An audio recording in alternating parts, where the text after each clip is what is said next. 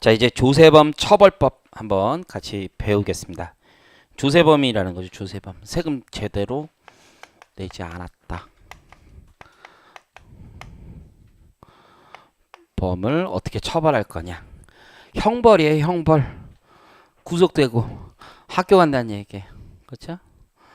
형벌인데 형벌은 두 가지가 있어요. 형벌은 하나는 구속되는 거, 징역.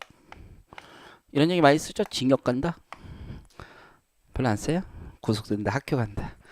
벌금 있죠. 벌금. 벌금하고 과태료는 다른 거죠. 과태료는 행정벌이죠. 행정벌. 행정질서 뭐 이런 거죠. 벌금은 뭐예요? 형이에요. 형. 벌금은. 그래서 벌금과 과태료는 다른데 과태료 규정은 조세범 처벌법에서 삭제하고 개별세법으로 다 이관시켰어요. 조세범 처벌에서는 지금 형벌만 남아있다. 그럼 조세범이라는 건 조세에 대한 포탈행위가 있어야 되죠. 포탈행위. 이때 조세가 뭐냐면 자 관세 아니에요. 관세. 국세만 얘기하는 거예요. 관세. 조세범 처벌법이 다루고 있는 영역은 관세는 아니에요. 관세 처벌은 또 다른 조항이 있는 거야. 관세 쪽에. 지방세도 여기서 다루지 않아요. 지방세도 여기서 다루지 않는다. 그럼 우리 형벌을 다루는 게 형법 있잖아요. 형법. 근데 이제 변호사 친구들한테 물어보면 형법은 그냥 이론이래. 이론. 실제 처벌되는 건 다 개별 법들이 있는 거야. 특가법부터 시작해서 다 개별법이 있다고. 그래서 조세에 관한 형벌을 다루는 법이 조세범 처벌법이고요. 형법의 특별 규정이 되겠죠. 형법의 특별 규정이라고 보시면 돼요. 조세범 처벌법과 형법이 상충하면 당연히 조세범 처벌법 쫓아간다고 보시면 됩니다. 자, 그럼 조세 처벌제도에 대한 총론을 한번 배워볼게요. 총론. 첫 번째 미수범. 미수범. 자, 우리 형사에서 미수라는 건요. 실행엔 착수했으나 완료하지 못한 거예요. 살인 미수 뭡니까? 찔렀으나 죽지 않는 거죠? 좀 표현이 그렇네. 찔렀으나 죽지 않은 거지. 그렇죠? 그 살인 미수죠. 살인 미수. 그래서 착수는 했지만 완료하지 않은 거예요. 그럼 조세는요. 미수가 없어. 미수. 미수범을 처벌하지 않아. 미수 막 영수증 조작했어요. 시작은 한 거죠. 착수. 영수증 막 가라 영수증 만들었는데 마지막 그 순간 신고하려는 그 순간 아니다. 반성하자. 이러면 아무것도 아닌 거야. 그렇죠? 그래서 미수범은 처벌하지 않아요. 기본적으로. 그리고 원래 벌이라는 건 형벌은 고의가 있어야지 원칙적으로 처벌하는 거야. 고의가. 그렇죠? 내가 그걸 알고 고의가 있어야지. 조세범 처벌도 마찬가지. 고의가 있어야 되는 거야. 과실범은 처벌하려면 별도의 규정이 있어야 돼요. 그렇죠? 내가 사람을 예를 들어서 진짜 죽일 마음이 하나도 없었는데 실수로 뭐 이렇게 잘못할 수도 있잖아요. 그럼 과실범이지. 근데 사람 죽은 건 진짜 큰일이잖아요. 그러니까 살인 미수도 처벌하고 과실로 사람 죽여도 과실치상죄 뭐 치사죄 뭐 이런 거 있잖아요. 그렇게 처벌할 수 있지. 하지만 세금 그거 좀 안 냈다고 지금 막 미수 이런 거 처벌하고 그러면 안 된다는 거죠. 그렇죠? 자, 그래서 거기 미수범 개념하고 조세범 처벌법이 어떻게 다루는지 볼게요. 자, 그 다음에 양벌 규정 보시면 양벌. 잘 나오는 거야. 양벌 규정.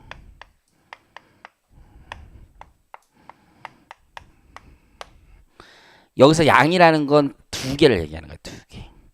그러면 조세 포탈 행위를 한 사람은 사실 개인이죠. 개인. 그 행위자가 있을 거 아니야. 행위자. 행위자가 있고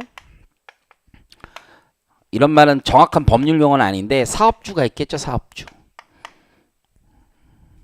그렇죠? 아니 사업주라는 건 법인이나 개인 대표 같은 거 얘기하지. 개인. 그래서 법인이나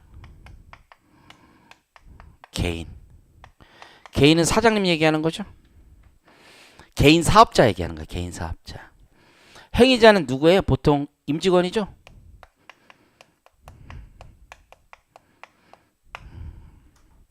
고의가 있는 건 법인이에요? 아니면 행위자예요? 행위자죠. 이 사람 원래 처벌하는 거고 당연히 행위자는 처벌하는 거고 얘도 처벌할 수 있냐 이거야. 처벌할 수 있어. 처벌. 근데 잘 보면 우리가 형이 두 가지가 있었죠. 그렇죠? 둘 다 처벌이 가능한 거야.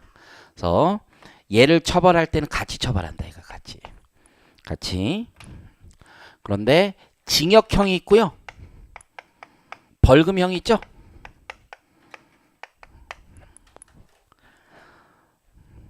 그러면 행위자에겐 징역과 벌금이 다 가능해. 사업주에게 징역은 아니죠. 법인이 어떻게 학교를 가? 물론 개인 사업자 갈 수 있겠지만 행위자하고 똑같은 위치에 있지 않는 이상은 벌금만 내는 거야. 벌금. 양벌 규정은 벌금에만 적용되는 거지 징역형에는 적용되지 않아요. 학교 가지 않는다는 얘기지. 쫓아오시겠죠? 그런데 책임주의라는 게 있어요. 책임주의. 그게 뭐냐면 법인이나 개인 사업주 입장에서 내가 시키지도 않았는데 저놈이 저렇게 한 걸 내가 어떻게 하냐. 이럴 수 있죠.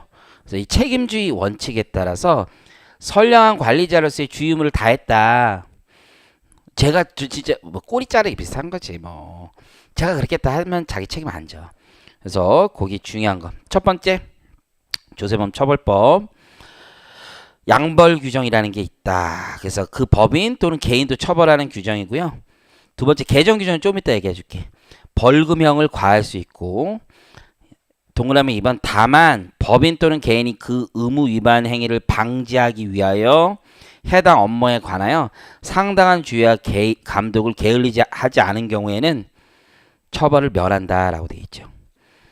그래서 양벌 규정은 징역형에 관해서는 적용되지 않고 벌금형에는 적용된다.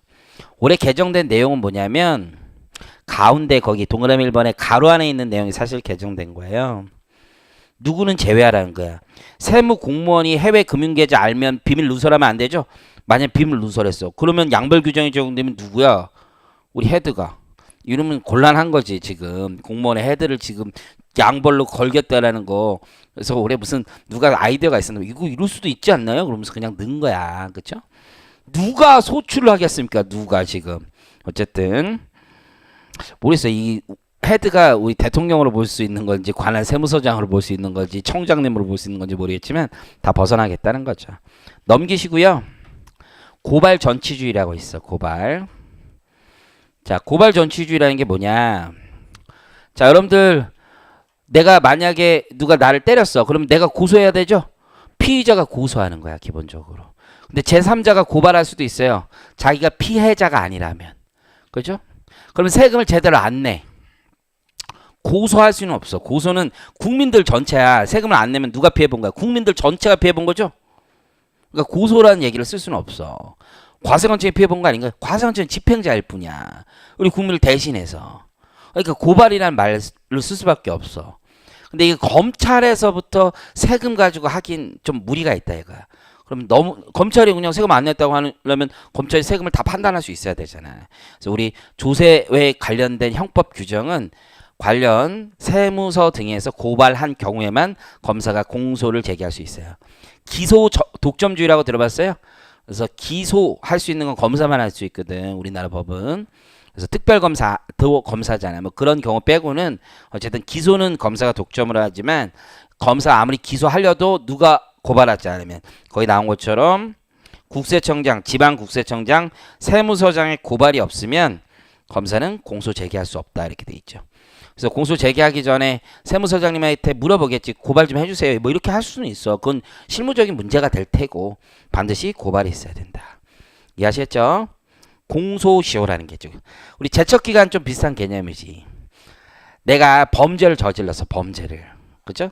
범죄를 저질렀다고 영원히 이 사람을 체포할 수 있느냐? 또 아니라는 거지. 이 사람 불안하게 지금 몇 년을 보냈어. 꽤 오랜 기간을 보냈죠? 그거 너무하다 이거지. 그래서 좀 지난 거 봐주겠다 이거지. 공소. 뭐 그래서 우리 법은 기본적으로 7년이야 7년. 옛날엔 제척기간하고 똑같이 잡았는데 이 무신고한 애들 제척기간은 걸어도 조세범 처벌을 못 건다. 이게 문제가 있어가지고 7년이야 7년. 그런데 특정경제가중처벌법이라는 게 있어. 그에 따라 법인이 양벌 규정을 적용받으면 10년이야. 아시겠죠? 7년 원칙 7년이에요.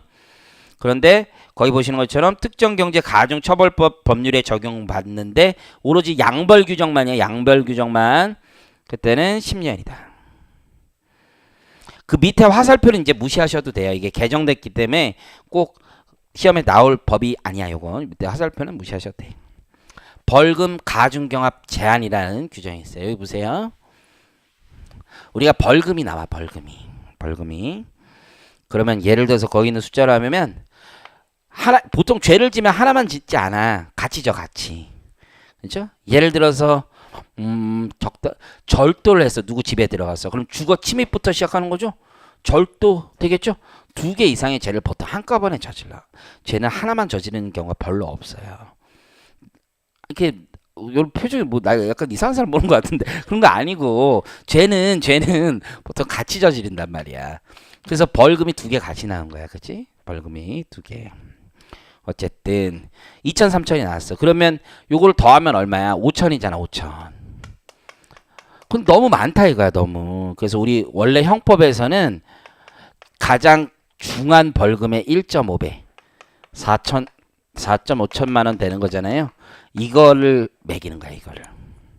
이해하셨죠? 저걸 한도로 하는 거야. 형법의 규정이 그래, 형법에. 근데 조세범 처벌법에선 이걸 그대로 유지하기가 그래. 왜냐면 세금계산서 발급 같은 경우를 우리가 벌금 조항이 있단 말이야. 그래? 그러면 10억 거래를 하는데 얘네들이 짱구를 긁는 거지. 야, 그러면 10억 거래했을 때 배수가 2배거든? 이렇게 하는 거지. 10장으로 쪼개라, 10장으로. 그럼 어떻게 되는 거야? 10개 범죄가 성립하는 거죠? 10개. 그럼 10개면 최대가 1억 5천이잖아. 2배라고 하면. 그럼 그걸로 가는 게 낫겠지. 더 짱구를 긁으면 야, 10억짜리 세금계산서 1000개 굴려라, 1000개. 개당 100만 원짜리 1000개 발행해라. 그런 데 생기겠죠? 더 나가는 애들은 10억짜리 10억 개 발행해라. 또라이. 어쨌든 갑자기 어디가 떠오르네? 부가세 공급가격 1원으로 해서 10억장 발행하면 부가세 안 내도 되나? 갑자기 그런 생각이 드는데 어쨌든 이런 건 안 된다는 거지, 이런 건. 그래서 거기 보시면 거기 조세범 처벌법에선 다음의 범칙 행위에 대해서는 형법상 벌금 경합 시 가중 제한 규정을 적용하지 아니한다. 외우지 마. 요거까지만 하고 밑에 뭐가 되는지는 외우지 마. 그냥 다 안 된다고 생각하면 돼. 다 가중 규정 적용하지 아니한다. 자, 밑에 가중 처벌 있죠? 여러분들 가중 처벌이 뭐예요? 보통 원래 형이 2년인데 그의 더블 혹은 1.5배 이렇게 한다는 거죠. 우리 조세범 처벌은 2분의 1을 가중해요. 2분의 1을. 늘 가중하는 게 아니라 적용 사례가 있는 거지. 첫 번째 뭡니까? 상습범. 우리 평소에 자주 쓰는 말이죠. 이름 상습범인데 뭐는 말을 쓰는 거잖아요. 상습범이면 1.5배. 그래서 2분의 1을 가중하는 거야, 상습범. 또 한 번 범죄를 또 맛본 애들이 계속 저지르는 거지, 보통. 자, 두 번째가 제일 무서운 거죠. 가공이라는 말 여러분 잘 아시죠? 실물 거래 없이 세금 계산서 발급하는 거죠. 그걸 제일 많이 소개시켜 주는 사람이 세무사죠. 거래처가 있단 말이에요. 여기 거래처가 둘 있어요. 여기는 돈을 너무 많이 벌어서 문제고 여기는 돈을 너무 못 벌어서 문제야. 여기 세무사하고 친하겠지. 여기는 막 기장료도 못 주고 있어. 막 이런 상황이야. 그래서 얘기하죠. 여기 막 상담하다 경비가 너무 없어. 나 미쳐버리겠어. 나 진짜 세금 너무 많이 나와. 근데 여기다 얘기하죠. 기장료 주세요. 그랬더니 기장료 없어요. 미안해요. 그러니까 한마디 하죠, 세무사. 그러지 말고 그러면 하나 끊어. 뭐 이렇게 얘기하는 거죠. 또 일을 해보셔가지고 이런 상황을 잘 아시는구나. 어쨌든 하나 끊어. 그런 거지. 끊으면 여기는 땡큐죠. 그렇잖아. 그럼 경비 완전히 빠지잖아. 여기는 어차피 적자니까. 적자라고 세금 돌려주는 거 아니잖아요. 기납부세액 이해는 없는 거지. 그러니까 여기는 세금 어차피 안 내니까. 그래서 이렇게 중개 역할을 한단 말이에요. 제일 많이 하는 게 우리 세무사님이란 말이야. 현실에서 실제로 제일 많이 한단 말이야. 선생님 그렇게 어렵게 합격하고서 그런 짓을 합니까? 그 이상의 짓을 하죠. 어쨌든 간에. 그래서 그런 거 하면 안 되는 거예요. 걸렸다는 큰일 나는 거야. 그래서 가공세금 계산서 발급 수취 행위를 알선하거나 중개한 세무 대리인 있죠? 세무사, 공인회사, 변호사 이런 대리 하시는 분이 알선 중개하면 2분의 1을 가중해. 실제 그런 사건이 있었어. 이게 세무사가 직접 가공을 발급했어. 그럴 수 있잖아. 가중처벌이야? 그건 아니야. 알선 중개만이야. 알선 중개만. 나도 가공할 수도 있는 거지. 그렇잖아. 본인이 한 거는 가중처벌이 알선 중개만이지 당연히. 자기가 할 수 있죠. 자기도 납세자로서 똑같은 대우를 받아야지. 지금 나는 알선 중개한 경우만이야. 이해하시겠죠? 다음 페이지. 야, 그럼 조세 포탈이 뭐냐? 부가세, 소득세 이런 거 안 내는 거잖아요. 그렇죠? 포탈. 고의범만 과세하는 거야, 기본적으로. 적극적 행위가 있어야지 과세하는 거야. 적극적 행위가 있어야지 과세를 한다. 처벌할 수 있는 거야. 적극적 행위. 그래서 사기 그 밖에 부정한 행위 혹은 사기 기타 부정한 행위가 있는 경우에만 처벌할 수 있어요. 적극적 행위가 있어야 돼.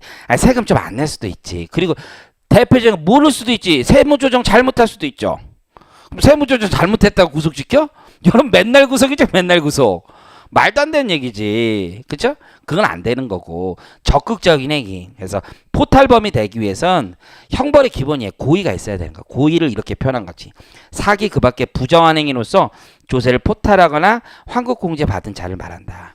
그래서 일반 형법에서는 고의라고 얘기하겠지만 여기서는 그 이상을 원하는 거야. 왜요? 아니 세금 내가 여러 번 얘기했는데 세금 앞에서는 인격을 얘기하면 안 돼요. 세금 안 낸 사람 인격이 안 좋다? 그런 생각은 조금 그래. 솔직히 뭐 인격이 좋다고도 얘기할 수는 없지만 그 사람이 다른 죄하고 다른 죄처럼 진짜 나쁜 사람이다 이렇게 생각하면 여러분 세무사 일을 할 수가 없어. 만나보면 전부 다 내기 싫어서 안 다닌 사람이야. 특히 개인 사업자들, 저는 솔직히 말해서 돈 많이 버시는 분들 있잖아. 엄청 많이 버시는 분들 만나면 막 1년에 2, 30억 버는 사람들이 오히려 세금에 대한 납세율이 훨씬 높아. 여러분 이래보면 알 거야. 훨씬 더 높아. 30억 벌면 진짜 15억 낸다 그냥 아이씨 뺏겼다 이렇게 생각하고 살아. 근데 3, 4억 버는 셈이 최악이야. 최악. 식당에서 한 2, 3억 버시는 분들은 마음속에 한 1년에 2억 벌면 마음속에 세금은 200만 원도 안 잡아. 대박이야 대박 진짜. 너무해. 내 생각을 해. 왜 국가가 내가 이렇게 힘들게 버는데 세금을 내나요? 그런 생각 많이 합니다. 나도 힘들어. 너도 힘들고. 근데 정말 그래 정말. 그래서 제가 보기에는 오히려 포탈은 자영업자가 진짜 넘버원이야 넘버원. 그리고 아니면 진짜 저 위에 있는 거학들 있어요. 거학들 100억 이상씩 하는 그런 사람들. 100억에서 50억은 이건 좀 많이 크잖아. 1000억에서 500억 이런 거 큰 거고. 어쨌든 간에 그래서 세금은 웬만한 고의 가지고는 안 되는 거야. 정말 과세한청을 적극적으로 속이는 행위 정도 돼야지 처벌할 수 있는 거죠. 이게 굉장히 중요한 게 국세기본법에 사기 기타 부정한 행위로 장기 제척기간 10년 적용하는 거 있죠. 요 조항을 다 차용하는 거야. 이 조항이 조세범처벌법 3조인데요.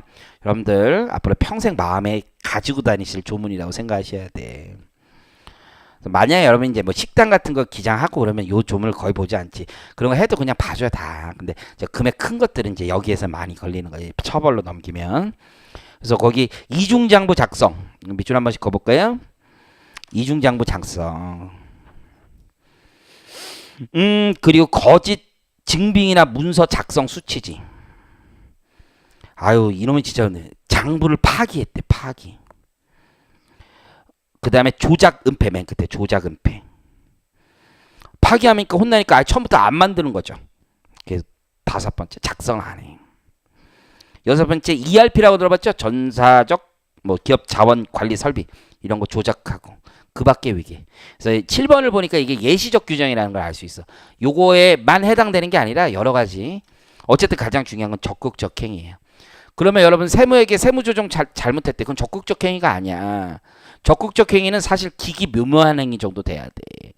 누구라고 얘기하긴 그렇지만 예전에 우리나라 여자 배우 중국의 한류 스타였던 분이 탈세했다는 얘기가 있었죠. 그래서 신문에 죄송합니다 나왔잖아. 거기 보면 그 여자 배우가 나는 세무사가 시키는 대로 했다라고 했잖아. 그 세무사가 아니라 사실 회계사인데 어쨌든 시키는 대로 했다. 그것도 아니 뭐 사무장일 수도 있고 어쨌든 내가 알기로는 그 여자 배우는 진짜 몰라요. 내가 알기로는 그 여자 배우는 진짜 아무것도 몰라요.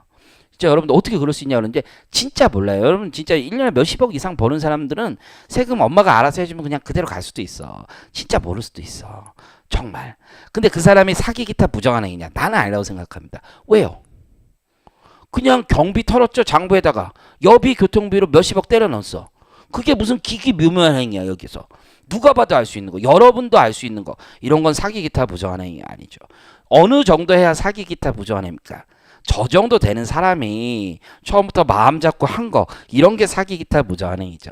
여러분들은 사기 기타 부정한 행위 하기 힘들어. 이게 웬만해서는 아니야. 웬만해서 거의 진짜 적극적이고 아주 기술적이어야 돼. 쉽게 발각될 수 있는 거 이런 거 사기 기타 부정한 행위 아니에요.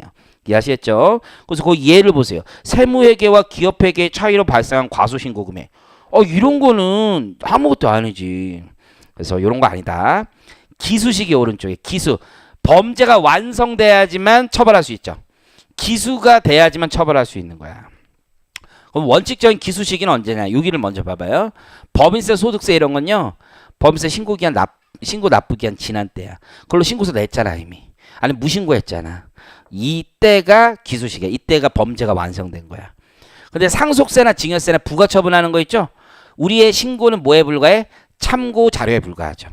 부가 결정 세목은 참고 자료에 불과해.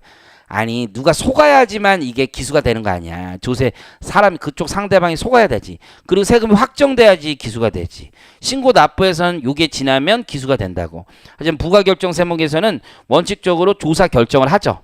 부가를 위한 조세 부가를 위한 결정한 다음에 납부 기한이 있겠죠. 그날까지야. 근데 이놈께 상속증여세가 처음부터 포탈할 목적으로 아예 무신고할 수도 있지. 그 경우에는 신고 납부 기한, 원래 신고 납부 기한 이렇게 브렉다운해서 나뉘어 있다라고 생각을 하시면 돼요. 거기 글 한번 읽어보시면 되고 다음 페이지 가보면 그럼 조세 포탈이 되면 일반 규정이에요. 이게 3조에 있는 규정인데 일반 규정, 일반. 그래서 어떠한 법인세든 소득세든 특별한 세목 말고 법인세, 소득세 이런 거 탈루하잖아요. 고의를 가지고 사기 기타 부정한 행위를 해서 그러면 원칙적으로 2년 이하 2배 이하의 벌금이에요. 2년 이하 2배 이하. 투투. 그죠? 고액이야 고액. 고액이면 33. 그래서 3년 이하 3배 이하의 벌금. 3년 이하 징역 3배 이하의 벌금. 고액.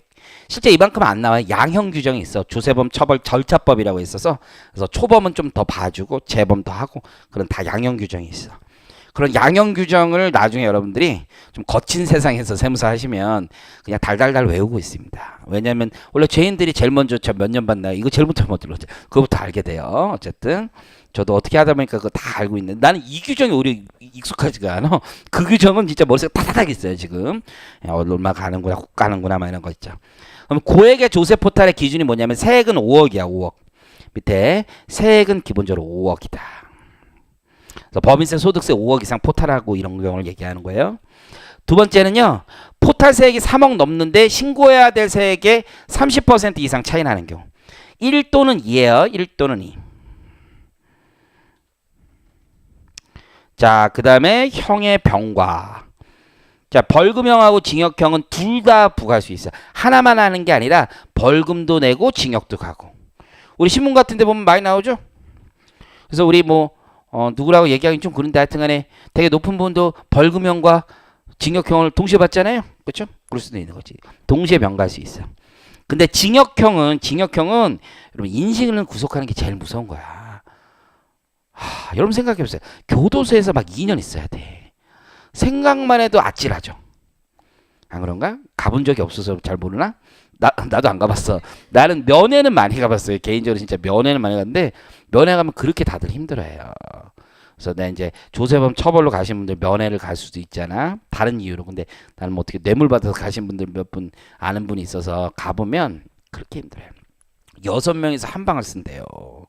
그러면 그렇게 힘들게 한대 옆에 사람이. 코 곤다고 막 혼내고. 자기 이제 40 넘어서 갔는데 20살짜리가 먼저 와 있는 애가 방장이야. 그럼 엄청 혼을 내는 거야.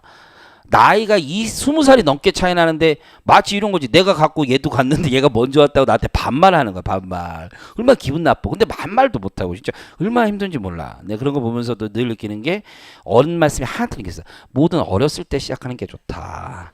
그게 틀린 말이 아니야. 어쨌든 간에 이게 보면은 어마어마해. 징역형을 간다는 건 엄청. 여러분 교도소에 2년 있으면 아우 진짜 상상만 해도 싫네. 아니 여러분한테 그러면 독서실에 한 달만 있어봐. 못 나오고 안 맞아. 독서실에 한 달만 있어봐. 한 달만 아무것도 못하고 거기서 밥 먹어야 되고 거기서 계속 있어야 돼. 암울하죠. 암울해. 그거 이상이야 이상. 그래서 거기 보시면 징역형은 세법을 위반한 자가 그 위법 사실을 인식한 경우에만 처벌한다. 자기가 잘못하고 있다는 걸 인식해야지. 고의나 인식이 없으면 안 돼. 오직 혁의 감격. 내가 포탈했어요. 근데 이제 와서 수정신고 하겠대. 아니면 세금 안 냈다가 기한 후 신고하겠대. 깎아줘야지. 자수하고 똑같은 거 아니야. 자수하고. 그래서 수정신고하거나 기한 후 신고하면 돼요. 2년 이내 수정신고, 6개월 이내 기한 후 신고. 중요한 규정이고요. 시험은 잘 나와요. 넘기세요. 지금 우리는 지금까지 일반론을 배웠던 거야. 일반론. 이제는 구체적 규정들을 배우는 거야. 즉 법인세, 소득세 포탈하면 앞에 일반 규정으로 가는 거고 이제부터 배우는 건 특별한 세금들이야. 특별한 세금. 첫 번째 면세유 부정유통. 자, 여러분 여기 있잖아. 큰 뚱땡이 있잖아요. 이렇게 면세유 부정유통. 이런 식으로 옆에 써놔. 뭐 이런 식으로 3호 뭐 이렇게 적던지. 3호 그 뭐야 3년 이하의 징역 5배 이하의 벌금. 여러분 면세유 부정유통 요게 여러분 그것이 알고 싶다 봅니까? 안 봐요? 저의 페이보릿 프로그램 중에 하나인데 요즘엔 좀 조금 덜 봤네. 또 바빠가지고. 저는 진짜 그것이 알고 싶다만큼 재밌는 프로그램이 없다고 생각합니다. 거기에 보면 이제 대부분 사건들의 출발은 제일 많은 사건이 보험이죠. 보험금 받으려고 누구 죽이고 이런 놈들. 그쵸? 그게 많고 그리고 1년에 두세 편 정도는 요 면세유 관련된 살인사건들이 나오더라고. 내 분석을 해보면 농협 같은 데 있죠. 그러면 농협 주유소 같은 데 있어. 그 면세유를 팔 수가 있어. 농민들한테. 요거 가지고 분쟁이 많이 생기더라고. 사업권 때문에. 그러면서 누가 옆에 이장님이 저쪽 이장님 죽이고 막 시골에서 이런 게 많이 나오더라고. 면세유가 어마어마하게 포탈되는 애들이 많아요. 농민한테 팔라고 그러는데 농민한테 안 파는 거지. 누구한테 팔아? 우리 차 가지고 다니는 사람한테 휘발유 그냥 파는 거지. 경유 그냥 팔고. 그렇죠? 그래서 면세유. 농업에 사용하기 위한 것을 어디에다 파는가? 다른 용도로 파는 거지. 주소에서 농민 와서 농민 카드 있거든요. 그 사람 줘야 되는데 승용차한테 팔고 막 이런 거지. SUV 팔고. 그러면 걸리면 석유 판매업자가 누구야? 여기서 말하는 사람이 당연히 주유소 같은 애들 얘기하는 거지. 3년 이하 5배 이하. 그림 위에 있죠. 밑에 거는 과태료 규정이야. 그냥 밑에 거. 그럼 밑에는 너무 신경 쓰지만 두 개 있잖아. 위아래. 아래는 그 농민들이 사서 또 팔 수도 있잖아요. 이 농민은 아주 그냥 자기 우리가 생각할 수 있잖아. 내 농민이야. 근데 기름을 좀 많이 샀어. 옆집 김씨한테 좀 팔아. 그걸 가지고 뭐 포탈이나 이러긴 그랬잖아. 과태료 정도지. 주유소를 차려서 농민 아닌 애들한테 광고 때리고서 막 팔아. 이 새끼는 이건 진짜 너무한 놈이지. 그런 거야. 해상유도 똑같겠죠. 3호. 해상유는 농민이 아니라 어디야? 그냥 배에 들어가는 기름이지. 가짜 석유? 우리 정부에서 제일 싫어하는 놈인가 봐. 세녹스 들어봤어? 세녹스 같은 파는 애들. 얘는 5555. 정말 커. 5555. 그죠? 가짜 석유 제품. 가짜 석유.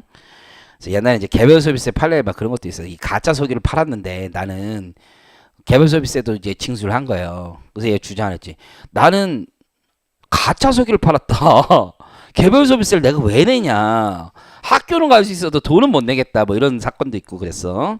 오른쪽에 면세유료 구입 카드 부정 발급. 면세유를 사기 위해서 농민이어야 돼. 그럼 농협 같은 데서 카드 발급해 주거든요. 그 카드를 부정 발급해도 처벌하겠다지. 3년 이하 3천만 원 이하의 벌금. 무면허 주류 제조 판매. 나 이런 것 좀 없었으면 좋겠는데 어쨌든 우리 법은요. 술을 무면허로 만들어서 팔면은 처벌하겠대. 그럴 수도 있는 거 아니야? 이거 나는 개인적으로 반대입니다. 왜냐하면 그래야지만 사람들이 집에서 좋은 맥주 이런 거 많이 만들 수 있다고 나는 생각하는데 어쨌든 우리 법은 그래. 그래서 박정희 대통령이 있을 때부터 이 규정이 있었다던데 내가 궁금해가지고 왜 그러나. 3년 이하의 징역 3천만 원 이하의 벌금. 여러분 국세 이 술에 대한 면허권이 국세청에 있어. 내가 알기로. 그래서 지금도 있는지 모르겠는데 옛날에 어느 분은 내 아는 분은 그거 담당자였다고 그러더라고 자기가. 그래가지고 매주 술을 먹었대요. 너무 독하고 머리가 아프면 허가를 안 내주고 머리가 아프지 않으면 허가 내주는 기준으로 진짜 그냥 먹어봐서 허가 여부를 결정했다. 머리 안 아프면 내주고 머리 아프면 안 내주고. 자 어쨌든 간에 무면허 제조 판매 주류고요. 그 다음에 이제 형식적 탈세범이라고 있어요. 실질적과 형식성은 뭐야? 실질적은 진짜 세금을 포탈 적극적으로 한 거고 형식적은 가능성만 있어도 하겠다는 거지. 가능성만. 아니면 뭐야? 실제로 자기가 체납한 건 아니, 실제로 세금을 확정시키는 과정에서 문제시킨 건 아니고. 첫 번째가 체납처분 면탈이에요. 그러면 재산을 내가 점유하여 거기 보시면 어쩌 납세의무자 또는 납세의무자의 재산을 점유를 해. 그런 사람이 체납처분을 면탈하기 위해서 은닉하거나 탈루하거나 아니면 대신 사주는 거짓 계약 이런 거 하면 처벌하겠다는 거예요. 3년 이하 3천만 원. 두 번째는 아이고 압수 물건이에요. 이런 걸 어디다 꼬물쳐 놓는 거죠. 은닉 탈루. 부셔버렸어. 그것도 큰일 나는 거죠. 손괴, 소비. 밑에는 방조범. 2이네요. 2년이야 2천만 원 이하의 벌금. 모르겠어요. 이거는 뭐 전날 좀 하세요. 뭐. 근데 저는 이거 숫자 가지고 장난하는 건 좀 그래. 솔직히 이게 무슨 우리가 세법이야 이게. 장부를 소각하거나 파기하거나 은닉해도 처벌합니다. 소각 불태웠다는 얘기죠. 파기 찢어버렸어. 은닉 어디서 숨겨놨다는 얘기죠. 처벌 대상이라는 거. 왜냐하면 장부가 있어야지 우리 조사하는 데 편하잖아요. 여기서 말하는 장부가 여러분 회계 장부만 얘기하는 건 아니에요. 영수증, 뭐 진료 차트 뭐 이런 것들 다 있겠지. 성실신고 방해. 자, 요거는 여러분이 이제 걸릴 수 있죠. 예전에 이제 재작년인가요? 우리 뭐 신림동인가 어디에 있었던 류모 세무사라고 있죠. 여러분 기사 검색해 보면 류모 세무사라고 있는데 이 양반이 어마어마하게 탈세를 했었죠. 종합소득세 신고 수수료 한 합치면 40몇 억씩 받았다고 매 1년에. 한 개업한 지 3년 되는 세무서였나 봐. 그래가지고 개인 보험 하시는 분들 있잖아요. 프리랜서들. 이 사람들을 학원 강사부터 엄청 많이 모집한 거야. 그러면 이 사람이 보통 한 1억 버는 사람, 2억 버는 사람들 많이 했더라고. 그럼 그 사람들 세금 내야 되잖아요. 3.3% 뗐어도 추가로 당연히 더 내야 되겠지. 3%밖에 안 냈으니까. 근데 요 세무사님은 어떻게 하셨냐면 님이라고 하기도 좀 그런데 딱 오면은 일단 적으라 그래. 뭐부터 적냐? 환급금 계좌부터 적으라 그래. 환급된다. 환급금 계좌부터. 아니 1억을 매출을 했는데 330만 원밖에 세금을 안 냈는데 환급부터 얘기를 하는 거야. 환급부터. 그래서 우리 납세자들이 환장한 거지. 그래서 환급이 다 나왔어. 이 사람. 그래서 이제 수수료 몇백만 원씩 받았던 거지. 그죠? 그러면서 요 양반이 한 몇 군데가 나오니까 구세주 이거 뭐야? 세무대리 다 같은 놈이야?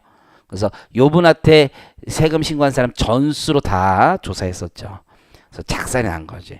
이분 당연히 구속되는 거지. 조세범 처벌이지. 당연히 구속됩니다. 그 뒷얘기도 있지만 적절하지 않아서 하지 않겠습니다. 어쨌든 세무신고를 하는 자가 여러분 납세의무자를 대리해서 세무신고하는 자가 조세 부과 또는 징수를 면하게 하기 위해서 거짓 신고하면 2년 이하 2천만 원 이하의 벌금에 처합니다. 별표 치시고요. 여러분 인생이 달린 조문입니다. 물론 합격해야지 그런 건데요. 어쨌든 2년 이하 학교 갈 수도 있는 거야 이거. 가라로 태우다가. 근데 두 번째는 뭐예요? 선동 교사한 자 있죠? 1년 이하 1천만 원 이하의 벌금. 그럼 1항과 2항은 무슨 차이가 있는 거야? 1항은 세무사님이고요. 2항은 사무장이라고 보시면 됩니다. 그래서 2항 죽는 거야. 그렇죠? 자, 오른쪽 별표. 요거 제일 중요한 거죠. 올해 또 법을 좀 정비를 많이 했어. 내용은 똑같은데 조문을 좀 싹 다 체계를 바꿨어. 자, 그럼 세금계산서 가지고 제일 많이 장난하는 거죠. 근데 세금계산서만 문제가 되는 게 아니라 소득세, 법인세의 계산서도 똑같은 거야. 경비 태우는 건 똑같은 거야. 그래서 세금계산서나 계산서. 그러면 거기 첫 번째 케이스 있죠? 자, 뭐냐? 발급하여야 할 자가 발급하지 않거나 거짓. 그러니까 요거는 미발급이야, 미발급. 1년 이하 2배 이하. 여러분 이거 1년 이하 2배 이하도 같지만 중요하지만 이거 문제를 어떻게 내냐면 섞어서 다음 중 처벌이 다른 거 이런 거 물어보는 거야. 자, 그러면 첫 번째 한번 보면 세금계산서 미발급한 거죠? 아니면 거짓 발급이죠? 미발급 허위지. 가장이 아니야. 거짓은 허위죠? 위장이죠? 2번은 계산서 미발급이나 허위 거짓 발급이죠. 동그라미 2번. 동그라미 2번은. 세 번째는 합계표죠. 합계표 미제출은 없는 거야. 옆에 적어. 합계표는 세금계산서는 다 만들었기 때문에 미제출 가지고 하면 큰일 나는 거지. 그냥 누락했을 뿐인데. 그래서 동그라미 3은 속이면 합계표는 미제출은 처벌하지 않는다. 합계표는 거짓 제출만 처벌하는 거예요. 미제출은 처벌하지 않는다. 자, 밑에 2번은 매입 쪽이야, 매입. 여러분, 매입은 저쪽이 발행 안 해줬다고 미수치했다고 무조건 하면 안 돼. 그래서 매입 쪽은 동그라미 1번부터 4번까지 공통 단어를 한번 찾아봐, 여러분들이. 똑같은 단어 하나 있어, 똑같은 단어. 뭐야? 통정하였느니라, 요거죠. 통정. 상대방과 같이 짰다는 얘기죠. 통정. 매입 쪽은 무조건 통정이 있어야 돼. 통정 없으면 안 돼. 그렇죠? 그리고 합계표 3, 4에서는 뭐가 있는 거야? 미제출은 없는 거야, 미제출. 미제출은 적용되지. 학계표 미제출은 적용되지 않아. 그래서 요쪽 매입이나 매출, 위장 가공, 예, 미안해. 위장 허위 미발급 요런 거 있죠. 통정 미수치.